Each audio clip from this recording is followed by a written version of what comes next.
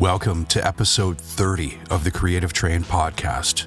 This one is about remaining focused when the odds seem to be stacked against you.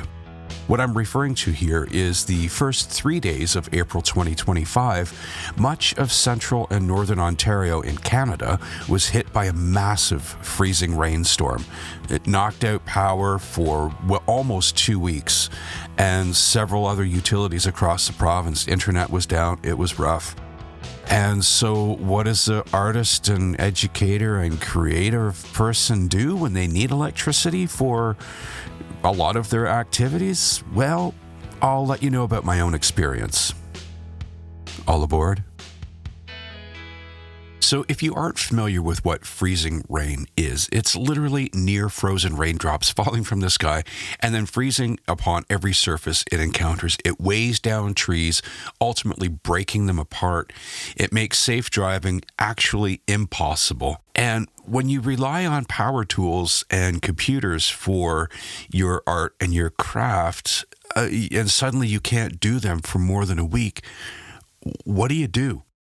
Some of us might think that, this will be a great time to get down and do some work, but it's not. It's not what happened. You know, when someone is talking about something they wanted to do, but they couldn't do due to an unexpected change of plans, and they say something like, yeah, but life got in the way. Or when they feel somehow resolved to having to accept a less than desired outcome, they say, it is what it is. Or when they seem to throw in the towel against the specter of insurmountable odds, or just things that don't seem to go in their favor, and they say, that's life. Or if they want to be fancy, they say, c'est la vie. And this one bothers me the most of all, of those self-limiting proclamations. When someone is idle or waiting for something, and they just don't feel motivated to do anything, and they say they're just killing time. See, that one bugs me the most because time is all we really have. And if you're listening to this, you're open to learning and you're alive. So life isn't really getting in your way. Perhaps this is just one of those nice serendipitous moments, confluence of thoughts and desires that brought you here. Life brought you here. Life didn't get in your way. So when I say you, quote, in this context, I use it in a very loose manner. Actually, I include myself in the use of that word. It's like one of those face-to-face moments we all have with that gal or fella in the mirror. When I say you, part of this is my own inner dialogue coming out. I'm certainly not trying to come across as faultless or without obstacles in my own life. I'm actually just trying to reason with the struggles we all have when we just can't seem to do the things we want to do. So maybe it's that life dealt you a learning moment and you just don't want to learn anything from it. So you put the whole experience down as an inconvenience instead of trying to find the lesson inside the moment and try to keep motivated despite that inconvenience for you.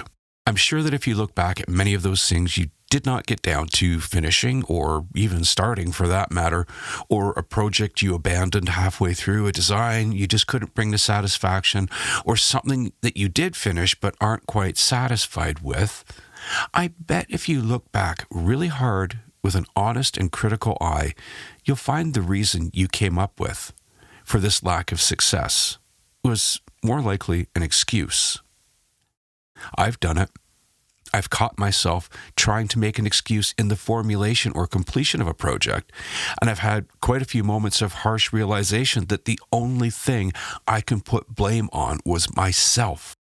Either a lack of patience or clarity of process and desired outcome, or just plain old laziness and distraction. Whatever these excuses were, life never got in my way.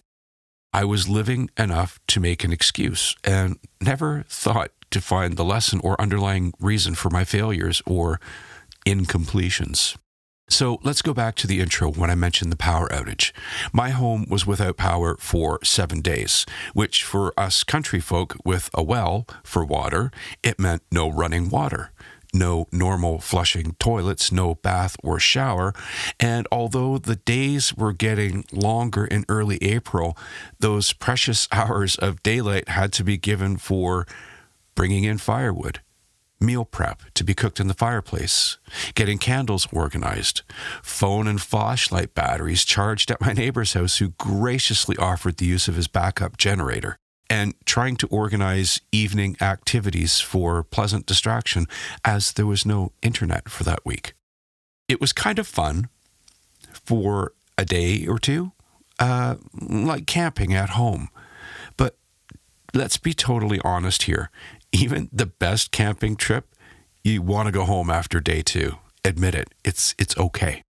What I put on hold was everything I needed my computer and internet for, like audio work for clients, online lessons, all my glass projects since I had no power for my grinder or soldering tools, recording of my own music, and a normal schedule for cooking, which is for me one of my most important means of creativity and mental health management.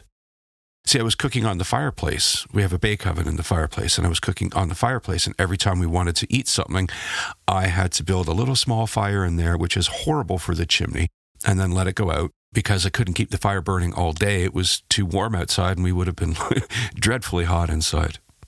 Oh, right. And let's add to that my car died on the eve of the first freezing rainstorm. And we were effectively stranded for 2 days as cell service was down, and I couldn't even ask a friend for a ride to town. And even if we could drive, we were being advised to stay off the road so maintenance trucks would be able to get out and get the debris off the roads and get the roads salted so that it wasn't like a skating rink out there. So talk about a way to kill any and all creative spirit and enjoyment of your regular time spent. But the lesson I had to come to grips with was that it wasn't about me and what I wanted to do. It was about keeping everyone warm, fed, and mostly happy. And it was going to demand a serious amount of creative thought and effort on my part. See, part of what Creative Train's mission is me wanting to help my fellow artists and educators realize and come to embody the fact that creative thinking is also an openness to creative expression. And that can lead us to many important outcomes, not just in art, but in business and day-to-day life as well. The plasticity of your mind, the fluidity and adaptability of your process or processes is what can really bring out the best of you in such times. Whether you call it an emergency or disaster, or you find yourself in a crisis of self-doubt, or a crisis brought about by outside influence. It will eventually come down to your mental agility and adaptability to see you and your family through. So let's fast forward to this morning. 4 days after I started scripting this episode, I'm back at it. And there's a little bit of normalcy back in the lifestyle now. Makeup lessons have been done. A thorough deep clean of the kitchen and the living room and bathrooms has been done. And the clearing of the devastation of nearly 50 fallen trees on my property has just begun. And I'm looking back at my original intent behind this episode, how to keep focused against the odds. And I have to admit that other than a few guitar practice sessions and some basic note-taking and doodles for glass projects, I accomplished nothing of any real substance. And again, I had to totally change my daily routine for more than a week as the cleanup became the focus after the power came back on. So this wasn't really fun times during the power outage. But it has been a full 11 days now since the power came back on, and I'm just now getting back to my normal former routines of writing in the mornings after breakfast and music and design work after supper, which for me is usually around 11 p.m. And yes, I feel bad about taking so long to get back to it. I actually considered that this whole podcast and creative coaching thing might just be another aspect of imposter syndrome turning up again. I wondered if I would ever gain the motivation and workable momentum to do a weekly episode and create course materials again. And then I realized how foolish I was sounding in my inner dialogue. I was engaging in that negative mental chatter. I was doing exactly what I mentioned earlier in this episode about making excuses. This morning, I said to my wife, I'm going to come up to the studio to finish this script. And she said, great. And in my head, I was saying, okay, I'll finish the script, I'll record it, and I might as well just abandon the entire concept after that. The momentum is gone. But what happened was the momentum of such negative mental habits was a killer of all the good things I'd worked so hard to create and build and design and produce over the first 6 months of this creative train journey for me. And I was at a crossroads just this morning, wondering if and how and why I should continue. Weird, eh? The guy that's supposed to be offering up inspiration and motivation also has his own demons to wrestle with? Yep. But today, I won the most recent battle. So what's up next? I think I'm going to have a good friend stop by and we'll talk in the next episode. Even the most introverted folks like me need some connection at times. And even the most stalwartly independent creators also need to reach out of their milieu and gain inspiration from others. So let's do that next time we meet up here. There's your pep talk. Now go get to work. Yeah, it took 11 days after the power got back on to get some momentum back. But I'm glad I did. I'm glad I didn't really give any real credence to that negative mental chatter. I get it. I mean, a lot of people have it, and a lot of people say they don't, but they do. They'd never admit it. Oh, the denial thing, right? The main thing is I overcame mine, and you can overcome yours.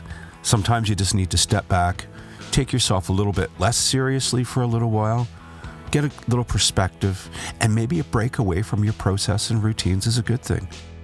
It makes you appreciate what you can do.